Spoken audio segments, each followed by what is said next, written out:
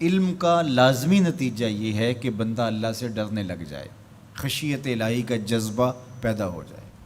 اور اگر علم حاصل کرنے کے باوجود بھی خشیت الہی پیدا نہیں ہوئی تو وہ علم نافع نہیں ہے۔ وہ علم معلومات کا ذخیرہ تو ہے، لیکن العلم نور فی قلب المومن، جو فرمایا گیا علم مومن کے سینے کا اجالا ہے، اس کے قلب کا نور ہے، اس کے باطن کی روشنی ہے۔ تو یہ وہ علم نہیں ہے جو اس کے من کا چراغاں ہو، جو اس کے اندر کی روشنی کا سبب ہو۔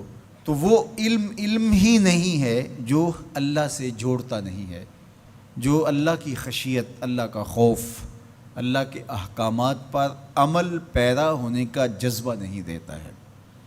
تو کہا انما یخشی اللہ من عبادہ العلماء۔ حضرت امام غزالی علیہ الرحمہ نے بڑی خوبصورت بات کی۔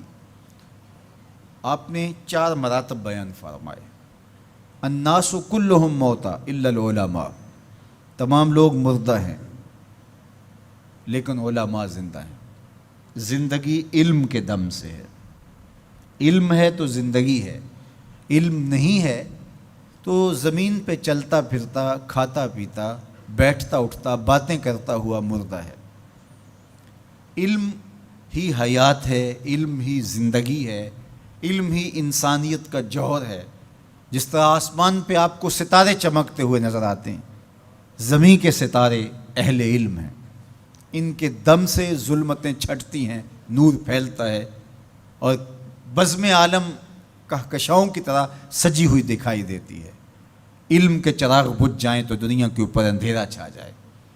تو زندگی کا سارا جمال علم کی وجہ سے ہے۔ زندگی علم ہے، جمال علم ہے، دنیا کا نور علم ہے۔ سارا چراغاں، ساری کہکشائیں، سارے اجالے، ساری روشنیاں، ساری کنادیل علم اور علماء کی وجہ سے ہی ہیں۔ تو فرمایا الناس کلہم موتا، لوگ مردہ ہیں الا العلماء، علماء زندہ ہیں۔ اب علماء تو خوش ہو گئے کہ ہم زندہ ہیں، طلباء بھی خوش ہو گئے کہ ہم زندگی اور نور حاصل کر رہے ہیں۔ لیکن امام غزالی نے دوسری بات کی، والعلماء کلہم نیام الا العاملین، علماء سوئے ہوئے ہیں، جاگتے وہ ہیں جو اپنے علم پہ عمل بھی کرتے۔ جو نیند ہے، النوم اخت الموت، یہ موت کی بہن ہے۔ علماء ہیں تو زندہ، لیکن اگر عمل نہیں ہے تو وہ آغوش نیند میں ہیں، زندگی سے فائدہ ہی حاصل نہیں کر رہے۔ زندگی سے فائدہ تو زندگی کی لذات سے متمتع ہونا ہے، آنکھوں سے نظارے دیکھنے ہیں، کانوں سے نغمے سننے ہیں، زبان سے ذائقے چکھنے ہیں، دوستوں سے باہم ملاقاتیں کرنی ہیں۔ تو جب بندہ زندہ ہوگا تو یہ سب کچھ ہوگا، اور اگر زندہ ہے لیکن سویا ہوا ہے، بے ہوش ہے، کومے میں پڑا ہوا ہے، تو پھر وہ یہ سب کچھ حاصل نہیں کر پاتا۔ تو یہ اخت الموت ہے۔ تو کہا عالم زندہ ہیں، لوگ مردہ ہیں، لیکن فرمایا علماء بھی سوئے ہوئے ہیں، جاگتے وہ ہیں جو اپنے علم پہ عمل بھی کرتے ہیں۔ تو علم وہ نافع ہے جو عمل کے نور سے منور ہو۔ امام غزالی نے تیسری بات ارشاد فرمائی، والعاملون کلہم فی خسران الا المخلصین، سارے عمل کرنے والے بھی خسارے میں ہیں، گھاٹے میں ہیں، لیکن خسارے سے بچے وہ ہیں جو عمل محض اللہ کی رضا کے لیے کرتے ہیں۔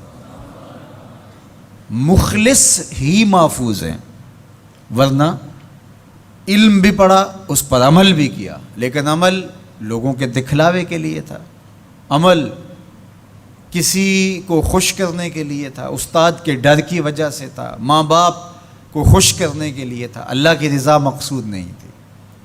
تو پھر علم بھی پڑھا، عمل بھی کیا، لیکن امام غزالی فرماتے ہیں خسارہ ہے، نقصان ہے۔ والمخلصون کلہم علی خطر الا الخائفین، اور سارے مخلص بھی خطرے میں ہیں۔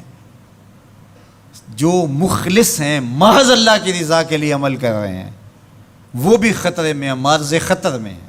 کسی وقت بھی پائے استقلال میں لغزش آ سکتی ہے، ساری محنت برباد ہو سکتی ہے۔ کیتی کتری پئی کھو محمد تے سکہ بنیا زردہ، ہیں. ہمارا تو حال یہ ہے کہ ہم بد عمل ہوں، زندگی خواہشات اور آرزوؤں کے ہجوم میں بسر کر رہے ہوں، اور جنت کے ہم ٹھیکیدار بنے ہوئے ہوتے ہیں. ہم کہتے ہیں کہ بس ہم تو سیدھے جنت میں جائیں گے. حجبت الجنت بالمکارہ وحجبت النار بالشہوات.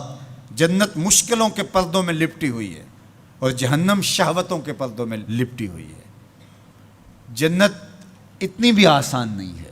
تو کہا کہ والمخلصون کلہم علی خطر، ہر مخلص بھی خطرے میں ہے، لیکن الا الخائفین، جن کے سینے میں خشیت الہی ہے، خوف خدا ہے، وہ خطرے سے بچ گئے. اللہ ہمیں اپنے خوف کی دولت سے مالا مال کرے.